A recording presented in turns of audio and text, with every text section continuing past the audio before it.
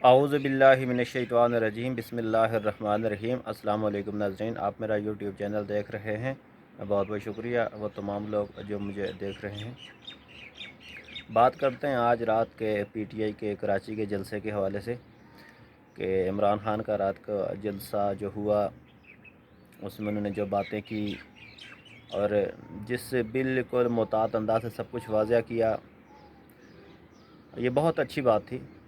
اور کراچی کا جلسہ بھی ایک کامیاب جلسہ تھا عمران خان صاحب کا، یعنی کہ لوگ ان کے ساتھ ابھی بھی کھڑے ہیں اور ان کے نظریات کی تائید کر رہے ہیں۔ یہ ایک بڑا پلس پوائنٹ ہے عمران خان صاحب کے لیے۔ جہاں تک رات کے جلسے کی بات کریں تو بہت ساری باتیں وہاں پر ہوئیں، لیکن ایک بالکل خاموش ہتھیار کی طرح عمران خان صاحب نے رات کو 4 باتیں بہت آرام سکون کے ساتھ واضح کر دیں اور بغیر کسی کا نام لیے۔ عمران خان صاحب نے کسی کا نام بھی نہیں لیا اور 4 چیزوں کو بالکل واضح انداز میں جاری کر دیا، بیان کر دیا اور وارننگ جاری کر دی۔ سب سے پہلے تو کراچی جلسہ کا میں لوگوں کی تعداد کے اوپر اگر بات کروں تو بہت بڑی تعداد میں لوگ موجود تھے۔ اب بہت سارے لوگوں کا یہ خیال ہے کہ یہ صرف انجوائمنٹ کرنے کے لیے لوگ آتے ہیں، ان کا عمران خان کی باتوں سے یا پارٹی سے کوئی تعلق نہیں ہے، تو ایسا نہیں ہے۔ جن کا تعلق نہیں ہوتا، اگر میں نہیں جاتا ہوں، آپ نہیں جاتے ہیں، تو اس کا مطلب ہے کہ وہی لوگ آتے ہیں جن کا عمران خان کی پارٹی سے کسی نہ کسی صورت میں تعلق موجود ہے۔ عمران خان جو کہنا چاہتے تھے وہ کہہ گئے، انہوں نے کہا کہ سازش یا مداخلت۔ انہوں نے بار بار عوام سے سوال کیا سازش یا مداخلت، اور عوام کے سامنے اس کو ایکسپلین کر دیا۔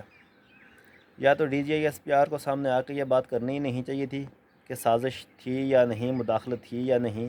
مداخلت تھی یا سازش تھی، اس کو عوام دونوں کو ایک ہی ٹرم میں لے رہے ہیں اور ایک ہی طرح کا مطلب لے رہے ہیں کہ کچھ نہ کچھ تو تھا جس کی وجہ سے عمران خان نے وائی ویلا ڈالا ہوا ہے، اور کچھ نہ کچھ تو تھا جس کی وجہ سے امریکہ خائف تھا۔ اور جب لفظ مداخلت کا استعمال کر گئے ہیں D G I S P R, تو اس کا مطلب ہے کہ عمران خان کے بیانی کو یہاں سے ایک قوت، ایک طاقت ملتی ہے۔ دوسرا سب سے اہم بات یہ تھی، انہوں نے یہ بات کہی کہ جب ڈونلڈ ڈو، جس کے ساتھ یہ منسوب کیا جاتا ہے کہ وہی دھمکیاں دے رہا تھا یا وہی بندہ تھا جس کی وساطت سے امریکہ دھمکیاں پہنچا رہا تھا، تو انہوں نے سوال کیا کہ پاکستان میں طاقت کا سرچشمہ اللہ کے بعد اس وقت میں تھا، کیوں تھا کہ میں چیف ایگزیکٹو یا وزارت عظمیٰ پر تھا، یعنی کہ میں وزیر اعظم تھا۔ اگر ڈونلڈ ڈو کسی چیز سے مطالبہ، کسی بندہ سے یہ مطالبہ کر رہا تھا یا کسی ادارہ سے یہ مطالبہ کر رہا تھا کہ بھائی عمران خان کو ہٹا دو ورنہ ہم پاکستان کے ساتھ بہت برا کریں گے، تو اس وقت عمران خان صاحب نے یہ بھی کہا کہ اس کا مطلب ہے کہ میرے علاوہ بھی کوئی تیسری طاقت یہاں پر موجود تھی جو مجھ سے زیادہ طاقتور تھی اور جس سے یہ بار بار کہا جا رہا تھا۔ تو آپ سمجھ گئے ہوں گے ان کا مطلب کیا تھا اور وہ کس چیز کو واضح کرنا چاہ رہے تھے۔ اب اگر ہم تیسری بات کی چلیں، ان کا عدالتوں سے بھی سوال تھا۔ انہوں نے عدالتوں کی عزت کرتے ہوئے اور فیصلوں کو مانتے ہوئے کہا کہ ہم عدالتوں کی عزت کرتے ہیں، ان کے فیصلے مانتے ہیں، لیکن میرا عدالتوں سے بھی یہ سوال ہے کہ رات کے 12 بجے میرے لیے تو عدالتیں لگ گئیں، میرے لوگوں کے لیے تو عدالتیں کھل گئیں، کیا آئین اس کی اجازت دیتا ہے؟ اگر نہیں دیتا تو ہم نے جو ابھی تک مراسلہ بھیجا ہوا تھا ان لوگوں کے خلاف جو پارٹی سے منحرف تھے، منحرف اراکین کے خلاف، ان کے خلاف ابھی تک کوئی کارروائی کیوں نہیں ہوئی؟ اور اس کے اوپر ابھی تک عدالتوں نے کوئی فیصلہ کیوں نہیں کیا؟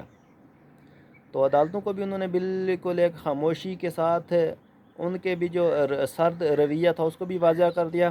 اس کے علاوہ انہوں نے یہ بھی کہا کہ الیکشن کمیشن کے اندر اگر الیکشن کروانے کی اہلیت نہیں ہے تو پھر کیا کہا جا سکتا ہے؟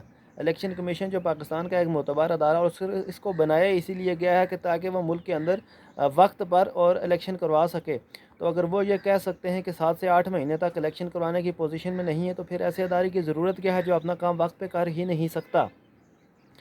انہوں نے یہ بھی کہا کہ نئے الیکشن میں ان کو دیوار سے لگانے کی کوشش کی جا رہی ہے اور شاید ان کی پارٹی پر پابندیاں بھی لگ سکتی ہیں، اور شاید ان کو پارٹی سے الگ یا پارٹی کو دیوار سے لگانے کے لیے ان کو نائل بھی کیا جائے۔ فارن فنڈنگ کیس کے حوالے سے بھی انہوں نے بڑے واضح اور باشگاف الفاظ میں کہا کہ بھائی فارن فنڈنگ کیس پہ بالکل بات ہونی چاہیے، لیکن اس میں صرف ہماری بات نہیں ہونی چاہیے، اس پر مسلم لیگ نون اور پاکستان پیپلز پارٹی اور تینوں کے جو فارن فنڈنگ کیس ہیں ان کے اوپر بات کرنی چاہیے، اور ان کی سماعت بالکل اکٹھے ہونی چاہیے تاکہ کسی کو کوئی بھی ابہام نہ ہو، کسی کے لیے کوئی بھی مسئلہ نہ بنے اور کوئی بھی اس کے خلاف جو ہے مزید بات نہ کرے۔